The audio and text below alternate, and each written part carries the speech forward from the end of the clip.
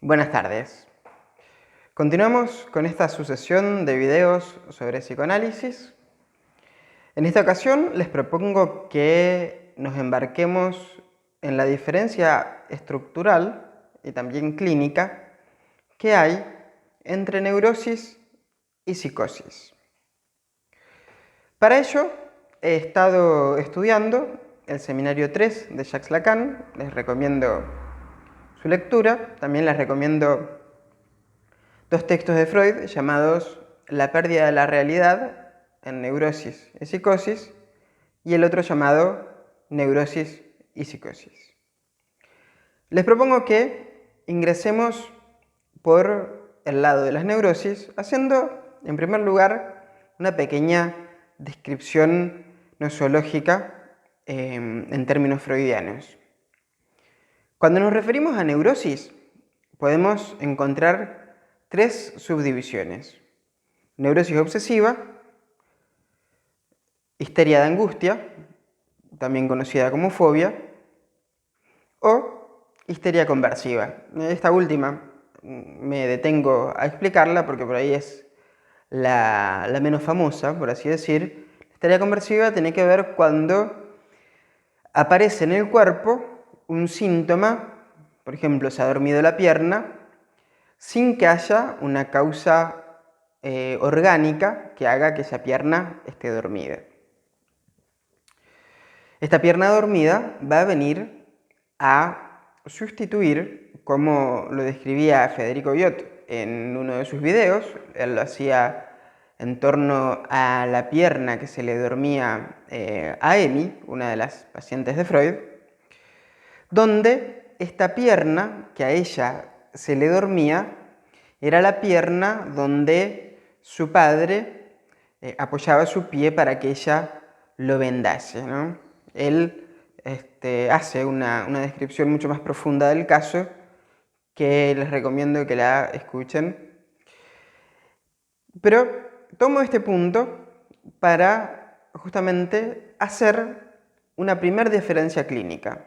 En las neurosis encontramos un campo de sustitución, de representantes o significantes que se sustituyen, ¿sí? Es así que también el hombre de los lobos temía a un profesor cuyo apellido era Wolf, que, como ustedes sabrán, significa lobo tanto en inglés como en alemán. También encontramos que en las fobias, como la de Hans o como cualquier otra fobia, el animal que aparece generando este miedo no es un animal que genera un miedo por la inminencia del peligro que ocasionaría. Es decir, no se trata de tenerle miedo a un tigre fuera de una jaula, que eso sería muy acorde a fines tenerle miedo, sino que se trata de la pregunta: ¿qué es lo que genera que el pequeño Hans tenga miedo a los caballos sin que, por ejemplo, ningún caballo le haya hecho nada, que a su vez él en un momento presentaba gran admiración y amor por los caballos? ¿Qué pasa? Que el representante caballo de repente toma una coloración distinta, ¿sí? Bueno, las neurosis tienen esta característica, ¿sí? Se sustituye una cosa por otra, es decir, es una estructura que está ordenada por un mecanismo llamado represión, que también ha sido trabajado en este canal. La represión va a venir a estructurar de alguna manera la relación que tenga un sujeto con sus propios representantes. Es decir, si ha habido una represión, es porque primero, como decía Freud, ha habido una Bejahung, es decir, una afirmación de aquel representante, que luego va a venir a ser reprimido. Esto también lo explica Federico en uno de los videos de la represión, por eso no me detengo a explicar el proceso de la represión. Y este movimiento va a estructurar el aparato psíquico. Esto da lugar a que aquello que queda reprimido va de alguna manera a comunicarse con la conciencia a través de algunas figuraciones que tienen que ver justamente con las fantasías. Las fantasías van a ser la moneda de cambio en las neurosis. Que dicho sea de paso, todos aquellos que podamos hacer o entender un chiste o encontrar el doble sentido de las palabras, nos encontramos habitando una estructura neurótica. La diferencia que la clínica hace tiene que ver con la gravedad que pueda llegar a tener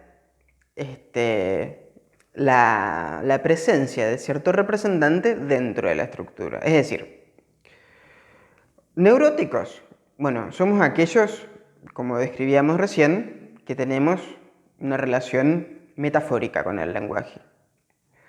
En la clínica aparecen distintas gravedades en torno a esta relación.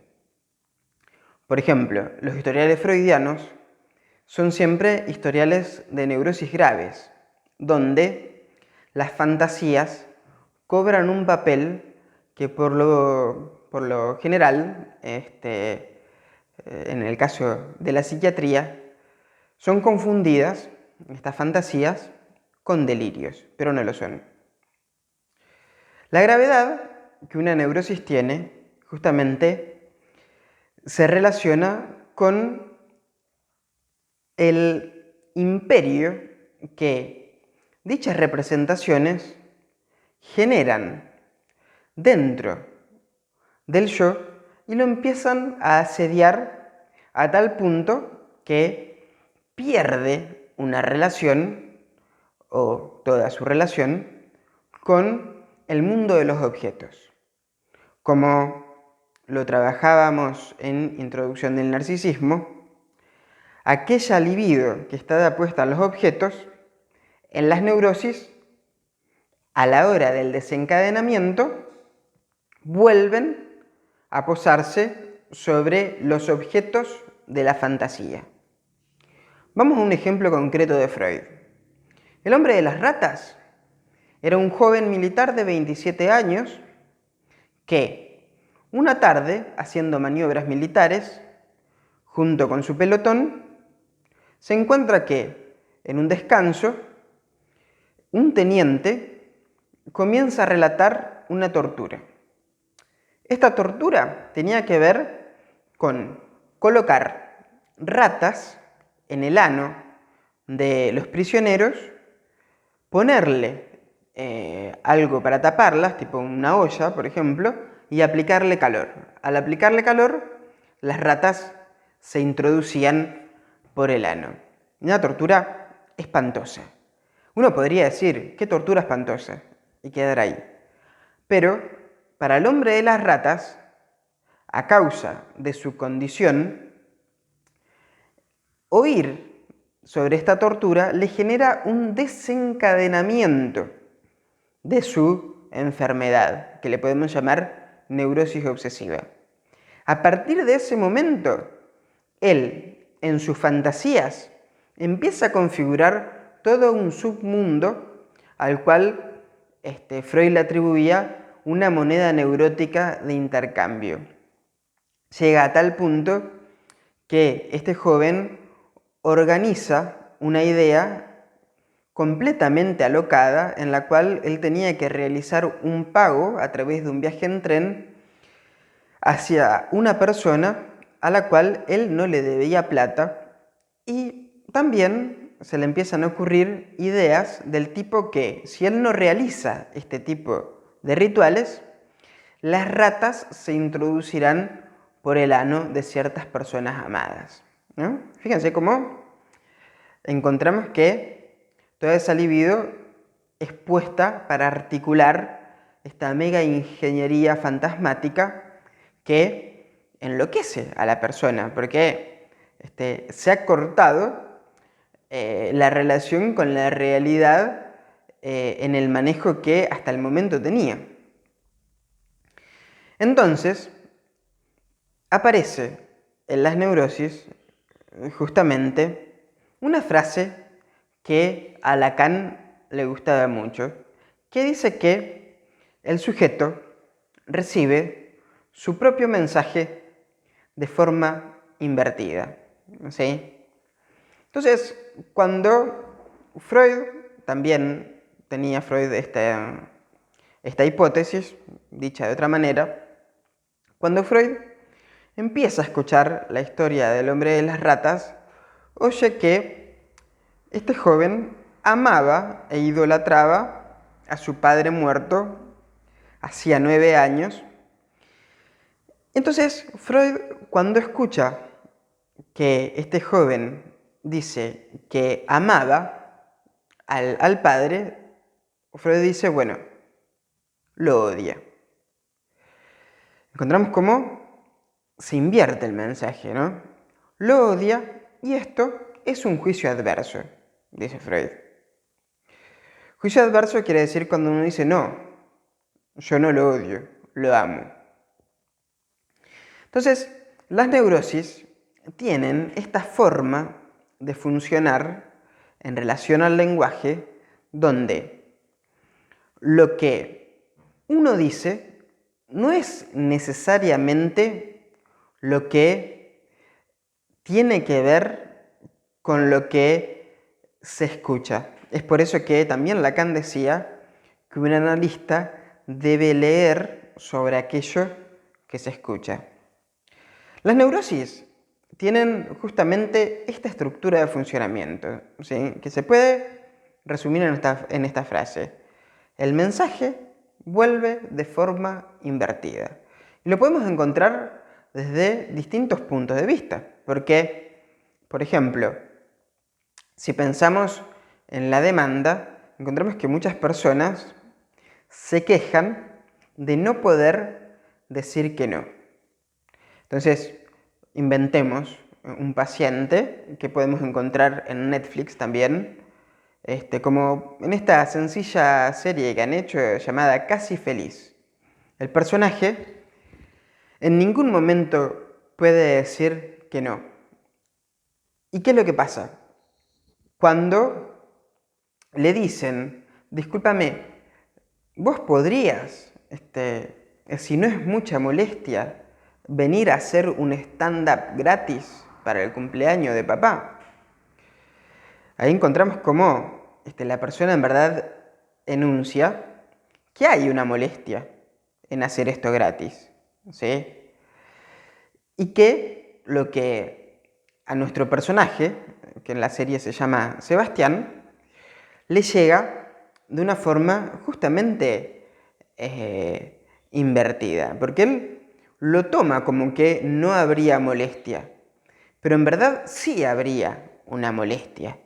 Entonces, acá encontramos cómo muchas veces el inconsciente es de alguna manera pescado en lo que otro dice, pero que otro diga no tiene que ver con que eso neurotiza, sino que eso que otro dice, que uno no puede dejar de responder, se relaciona directamente con una posición inconsciente y una relación con el lenguaje, ¿sí? Donde justamente, si bien la falta está reprimida, muchas veces esta falta, en vez de dar lugar al deseo por la vía regia, termina dando lugar a la imposibilidad del deseo que se encuentra siempre respondiendo a las demandas de esos pequeños otros imaginarios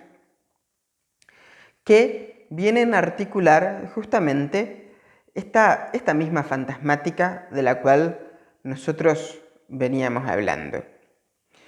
Planteada esta relación de las neurosis con el lenguaje, les propongo que dejemos acá y en el próximo video continuemos con lo que tiene que ver con psicosis, que tiene un carácter un poco más complicado y para ello vamos a trabajar un ejemplo clínico de Lacan. Así que bueno, los invito a continuar en el segundo video. Buenas tardes.